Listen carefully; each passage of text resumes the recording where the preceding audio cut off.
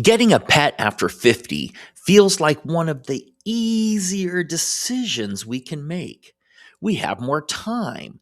The kids are grown. The house, it feels a little quieter. And the idea of a dog or a cat, a living thing to share the day with, well, it sounds just about right. But here's what most of us don't look at before we decide. There are two things working in opposite directions. One of them could genuinely change our health, and there's real science behind it. But the other could quietly reshape our budget in ways we did not plan for. Now, knowing both of these, that's how we make a wise decision. Hi, I'm Scott Mullet, and welcome to the Wise Lane. Money, mindset, modern living for the over 50 crowd, over 50. And if you're under 50, please join us because these decisions we're making right now, you're going to be thinking about sooner than you expect. So, first, let's do some quick pet statistics. According to the University of Michigan's National Poll on Healthy Aging, about 55% of Americans over age 50 own at least one pet. And what pets do we own? Well, about 70% of older pet owners have a dog, 50% a cat, fish, 5 to 6%, birds, 4%, small mammals like rabbits, guinea pigs, reptiles, well, that's under 3%. And under 1% are large animals like horses, plus exotic pets like fennec foxes and capybaras. In fact, in America, the over 50 population is the fastest growing segment of new pet owners. People in our age group are adding pets to their households more now than at any point in the last 2 decades, 20 years. And it makes sense on the surface. The timing feels right, but timing isn't the whole picture. Because what research has found is that the decision to get a pet after 50 years old carries a different weight than it does at 30 years old. The practical benefits are potentially greater. The actual costs, though, are also potentially more impactful. And the real lifestyle trade offs, those hit in a way they did not earlier in life. So before going practical, let's start with what the interesting stuff science says about this.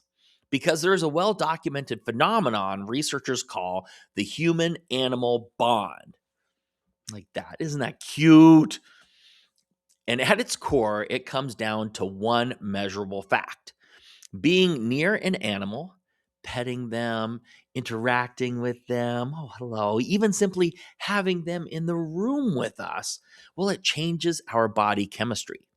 Specifically, cortisol, the stress hormone, well, that drops. And oxytocin, the bonding hormone we associate with calm and connection, that rises. Studies at institutions like Washington State University, go Cougs, have shown that just 10 minutes of petting a dog produces a measurable cortisol reduction. 10 minutes.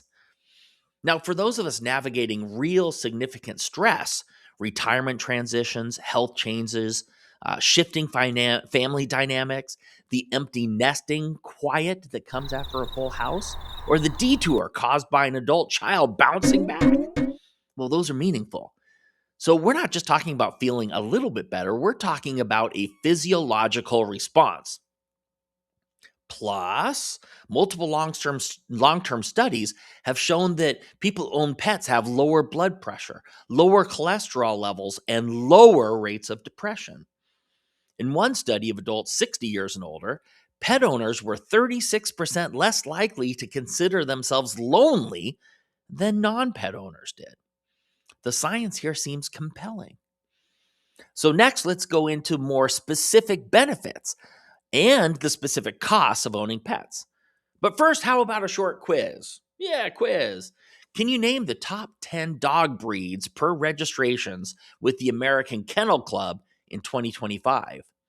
Feel free to pause the video to guess, because I'm going to start listing them now. Number 10, the Bulldog. Number 9, German Short-Haired Pointer. Number 8, Rottweiler. Number 7, Beagle. Number 6, Poodle. Number 5, Dachshund. Number 4, German Shepherd. Number 3, Golden Retriever. Number 2, Labrador Retriever.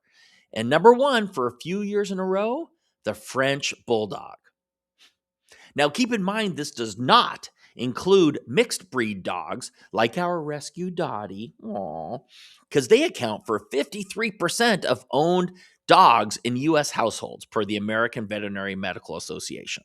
We're talking about mixed breeds. All right, this quiz is over. Now let's get back to sharing 3 practical benefits and 3 real costs to pet ownership. And this is not to talk anyone out of a decision, it's just to see it from a holistic point of view. So the first practical Benny is what we call the routine anchor. Pets, and especially dogs, create non-negotiable daily structure. They need feeding at regular times. They need their outside time or exercise time. And it turns out that for people in this phase of life, where the structure of work or raising children has often faded, the daily anchor has a measurable impact on mood, energy, and sense of purpose. Now, we don't always build that structure ourselves, but a dog or other pets, well, they'll build it for us.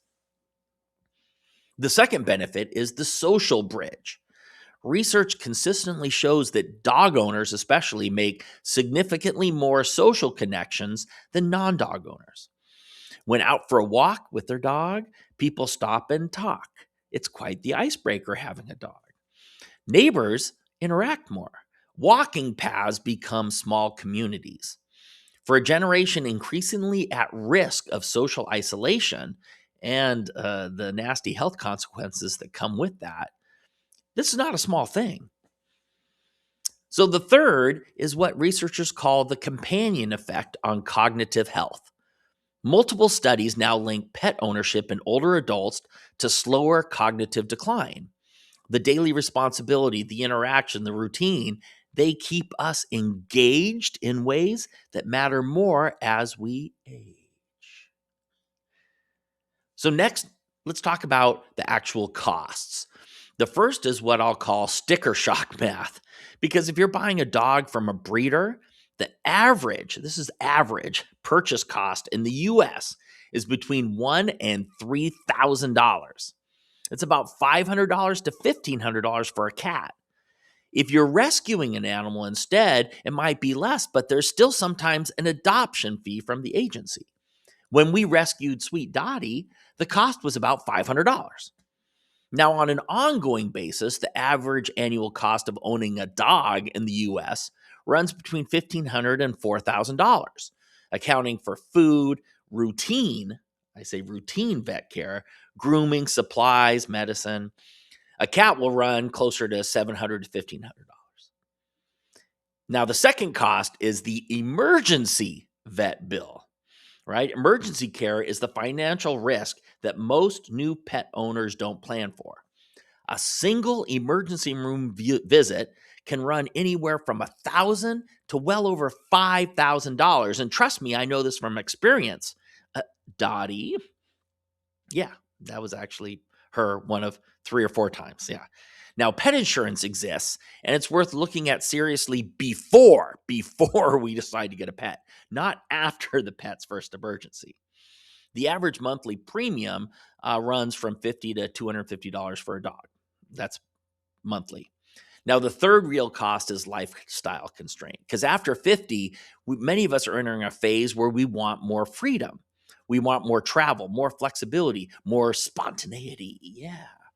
But a pet, especially a dog, changes that calculation because of boarding costs, pet-friendly limitations during travel, or the big question of who cares for our animals while we're away. That's a real trade-off.